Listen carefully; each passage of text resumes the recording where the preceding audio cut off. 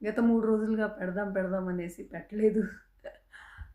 ఏంటంటే ఒకటైతే ఆ బొటానికల్ ఆర్ట్ ఏదైతే మొదలుపెట్టానో, దాంట్లో ఎంత లీనమైపోతున్నానంటే అవి సేకరించడం, వాటిని మళ్ళీ ఒక పిక్చర్ రూపం ఇవ్వడం, దానికి ఒక చిన్న కొటేషన్ కోసం కుస్తీ పట్టడం, ఈ అన్నిటిలో నా టైం ఎటు గడిచిపోతుందో తెలియట్లేదు. యూఎస్ వచ్చాను.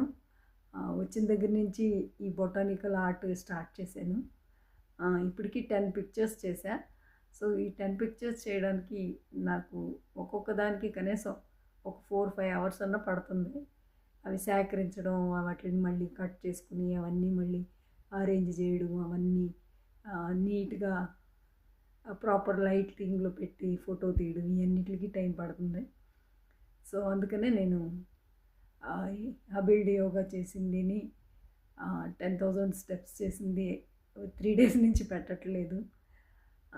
దానికి తోడు మా మనవలతో కొంచెంసేపు పజిల్ సాల్వ్ చేయడం, కొంచెంసేపు వాకింగ్ చేయడం, ఆ వాకింగ్ చేసేటప్పుడు ఇవన్నీ సేకరిస్తూ ఉంటాను కదా. సో, అవే కాకుండా కొన్ని చిన్న చిన్న టాపిక్స్ దొరికితే వాటి మీద వీడియోలు చేయడం, ఈ అన్నిటికే టైం సరిపోతుంది. దానివల్ల నేను డైలీ వ్లాగ్స్ 3 డేస్ నుంచి చేయలేకపోయాను. ఇక నుంచి అలాగా రాకుండా చూస్తా, గ్యాప్ రాకుండా చూస్తా. పైగా మధ్యలో ఒకరోజు వేరే వీసా పని ఉంటే, న్యూజిలాండ్ వీసా పని ఉంటే అక్కడికి వెళ్ళొచ్చా. దానివల్ల నేను వీడియో అప్లోడ్ చేయలేకపోయాను.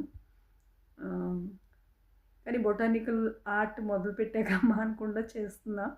రోజు ఒకటి చెయ్యాలనుకుంటున్నా, రోజు ఒకటి చేస్తున్నా. అవి చాలా హ్యాపీగా ఉన్నాయి. నాకేదో సమ్ ఇన్నోవేటివ్గా ఉండడం వల్ల ఎంతూజియాజంగా బాగా ఇంట్రెస్ట్గా చేస్తున్నా. మధ్యలో మా కిచెన్ గార్డెన్లో కాసిన సొరకాయని హార్వెస్ట్ చేసాము, ఆ వీడియో చేయడం, ఈ అన్నిట్లో కొంచెం బిజీ ఉండడం వల్ల డైలీ వ్లాగ్స్ కొంచెం వెనకపడిపోయింది. ఇవాళ నేను ఒక టాపిక్ చెప్దామనుకుంటున్నా. ఏంటంటే, మనం ఎక్కడున్నా కానీ మన దేశం గురించి మాట్లాడగానే మనకి చాలా హ్యాపీ ఫీల్ అవుతాము. అలాగే మొన్న నేను ఎక్స్రేకి వెళ్ళినప్పుడు అతను నన్ను అడిగాడు అనమాట. అక్కడ డాక్టర్, మీకేమేమి లాంగ్వేజ్ వచ్చంటే తెలుగు, హిందీ, ఇంగ్లీష్, మరాఠీ వచ్చని చెప్పా. ఓ నైస్ అని. తెలుగులో నమస్తేని ఏమంటారో అని అడిగాడు. సో, నమస్కారం అండి అంటామన్నాను. మరాఠీలో ఏమంటారంటే నమస్తే లేకపోతే రామ్ రామ్ అంటారని చెప్పాను. సో, అతను అలా అడగగానే మన దేశం గురించి అలా మాట్లాడిన మాటలు చాలా హ్యాపీనెస్ ఇచ్చినాయి.